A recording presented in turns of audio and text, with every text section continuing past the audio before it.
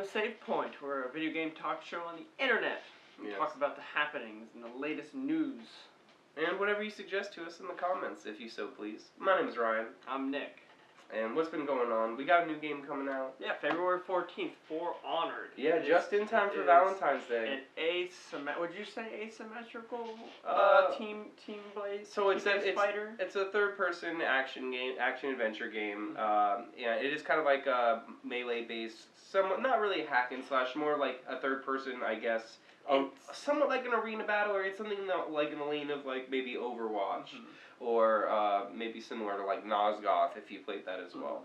But it's actually a lot of fun. It's basically a rock paper scissors if everything was just knives. Right. So basically, when you're dueling in this game, since it is mostly melee based, you're either playing as Vikings, samurai, or knights, and so mostly swords. Some people got like spinny maces. Some people got like pole arms with blades. All three of these people actually had contact with each other at the same time. Yes, you know, they were all around at the same time to fight each other. I mean, I'm pretty sure this story knows it's magical and fictional. Yes. It's okay because it's a cool what if, because it's a lot of fun. So yeah, you get into these one-on-one fights and group fights with people. So there's a lot of team dynamics of like you have some people who have ranged abilities, some people who have like passive buffs or healing abilities. And when you get into these battles, you basically can either hold your weapon left, right, or up in order to block if they swing in that direction. So like I said, like a parry, you know. Rock, paper, scissors. Yeah, if everything was knives. But you know, and you have all the other abilities to play together. And they have this big world faction map where the three factions are basically constantly battling for, you know, so control of territories. It's kind of like Guild Wars. Guild Wars in the sense that they did that.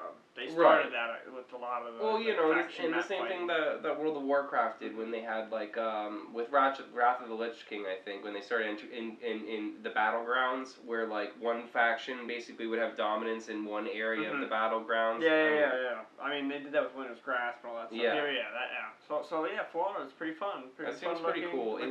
Looks like it could get really competitive. The team deathmatch is a really interesting dynamic. I just want to see this one look good because like the people have been trying to put out these like 5-man squad-based multiplayer games, kind of like Evolve for a while. Like I feel like For Honor is a game that's trying to exist, and it's tried in several other forms to exist, and it just hasn't found enough of an audience yet. I see this game being great if enough people play it. That's just the bottom line. Yeah, if the servers stay up, you know. Ubisoft. That's the one thing is that there's a lot of craps being thrown about the Ubisoft Uplay servers. And I did notice a lot of disconnects while I was playing the beta, but one, it is a beta, and two, first day of the beta, so, you know, a lot of stress testing. So that's really what a beta is. Yeah, it is a network stress test. It's the, let's see how hard we're going to push our stuff. But do you plan on getting For Honor? Are you excited about this new Ubisoft game? Are you really into old world, like dueling and fencing, and this is just right up your alley? Let us know in those comments. I mean, I don't remember any old world where some giant burly man with a giant axe is coming down on people. Well, you know, in the olden times when they had their power attacks and their light attacks, and, you know, that's how martial arts was taught to you in terms of two types of attacks. But anyway, yeah, let us know if you're excited about this game, if you played the beta, if you think it's dog crap. Let us know in them comments. So what else is going on? We got the E-League. Yes, NBA. That's a pretty big deal. Yeah, NBA is just starting up out of the random. There was no. It's not like there was just like some underground faction of NBA people playing. You know, NBA 2K 18. Well, there's a huge fan base for these games. You know, a lot of people play the 2K series. Like I'm not personally a sports game player. I never really have been, unfortunately, but Greg is. But if he was with us right now, he'd tell you that this is a pretty big deal. So the NBA itself is actually in association with 2K Games, who make their 2K series, are starting an E-League in 2018. And supposedly they will have a team to represent every actual team in the league. They're going to be E-Celtics. Yes. E-Cavaliers. And this is interesting because Miami Heat. They went so far as to say that you would go to see these games in the same arenas that you would watch the basketball. I don't see that same thing. I don't see that actually happening. I feel like they're being really ambitious. Like, you know, like shoot for the stars and maybe you'll land on the moon or something like that. But I don't see. Sounds like a Molyneux. Yeah, you know. But for that joke, Peter Molyneux, Lionhead Studios, Fable. We all false promises, people. False promises. We can go on for hours. I mean, if it is on that level, I think that's really cool. I mean, it is kind of meta that, like, you know, the game of the game is now also a multi-million-dollar franchise in the making. I mean, that's what's going to happen. I mean, these people are going to play for serious money. Do you think it's marketing just deals. a money grab, you know? I mean, of course it is, but it's something that's bound to happen just because regular games getting E-Leagues, you know, and it's only natural that if people play the sports games competitively, you know, one thing just leads to another. But I guess we'll see in 2018 how that pans out. We'll see what the artificial E-League looks like, you know? Because this is the first one that I've known of that's being kickstarted, like, artificially by, like, the, you know, backwards. The game does, rather than, like, fans are usually the ones that start up the E-League. And then it grows into something. Then they start to partner with it. But this is backwards, so let's see what happens. It'll be really interesting. If anything, if you're a fantastic 2K player, you might have a very lucrative job opportunity in the near future. Yeah, who knows? You could be one of the 5, you said, players on that. Yeah, you know, 5 players on a team. You're talking about 30 teams, and they're probably going to have, like, a backup team at least. I mean, you know, your hand cramps and stuff. Yeah. But it's also cool because, you know, potentially maybe this means that people who could never have actually gone into a sport could experience a similar type of, you know, career. Fame? Yeah, I guess. You know, kind of. I don't think they're going to be spending that much money on these people. Yeah, I guess we'll see. We'll see. So the last thing we wanted to talk about for this video is something that came out a couple days ago is DLC for Fallout 4. A whopping, beautiful 55 gigabyte update. And in most cases, you think 55 gigabyte update. That sounds awesome. A lot of gameplay. You what? know? What are they adding in there? So many robots. Yes. 2 dog meats. You can have 2 dog meats now. The other one's dog chili. He's a little chihuahua. Well, you can get other dogs in Fallout 4. You can get a junkyard dog, but it has no personality. It doesn't really do anything. Oh, okay, that's unfortunate. But this 55 gigabyte update is pretty much just dog chili.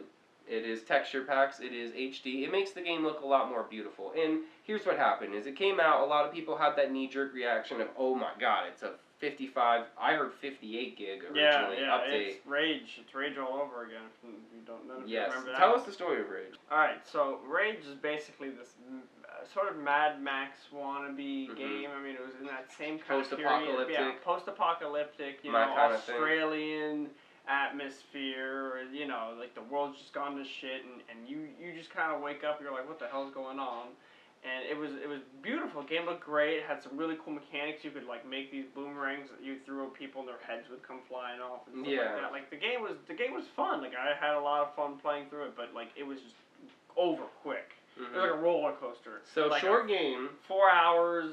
You crushed it, but the game was gigantic. Like I played on PC, and it was like 68 gigs or something like that. Holy crap! Yeah, it had like 5 discs to it. 4 hours.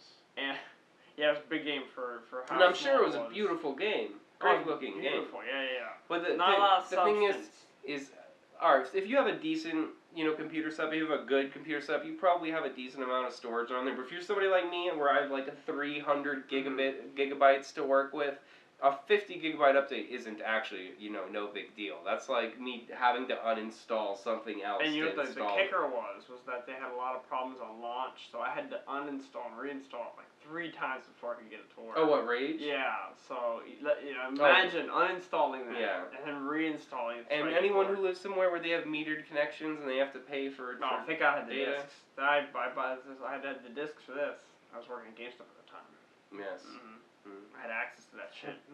So, what do you think? I mean, do you think it's like kind of do you think it was unnecessary? Well, who knows? I mean, I'm sure there are people who are utilizing it. I mean, like I said, we had this conversation earlier. Right? I just felt like, I mean, there was a good Reddit post about it that kind of summed up how I felt about it. That it was a good game. Fallout 4 was a good game. It was just a bad Fallout game. So, for me, it's not going to do me anything because I'm not going to spend my time. Right. It doesn't fix any of the problems that people have with the game. No one's complaint was that it didn't look good enough. You know what I mean? Yeah, it looked great when I played it regularly. This update has probably been scheduled for a very long time for them to put out, so it's not like this is them reacting to people's comments and putting out an update, but at the same time, it kind of shows you where the priorities are. And a lot of people feel like the story elements weren't strong in Fallout 4 like they were in Fallout 3. And I can agree with that. I can definitely see that. For sure. Let us know though. I mean, do you think it's worth it to get a 55 gigabyte update just to add some HD textures and lighting? Yeah, tell us how long that takes you with your metered connection. I mean, it does look good. I mean, 56K. originally there was a Reddit post that showed you screenshots from the game, and I think they didn't really show you the extent of the update. Mm-hmm. It did look really good. Added a lot of atmospheric lighting, a lot of more like mood and sort of like texture to the game. Mm-hmm. But anyway, yeah, let us know what you think. Are you happy about this? Do you think it's unnecessary? Is Fallout 4 a good game? Do you want dog chili? Do you want dog chili? And like that button if you're still here, of course. And subscribe to the goddamn channel. You didn't like it anyway, and subscribe anyway. And we'll catch you next time. Continue to hate us.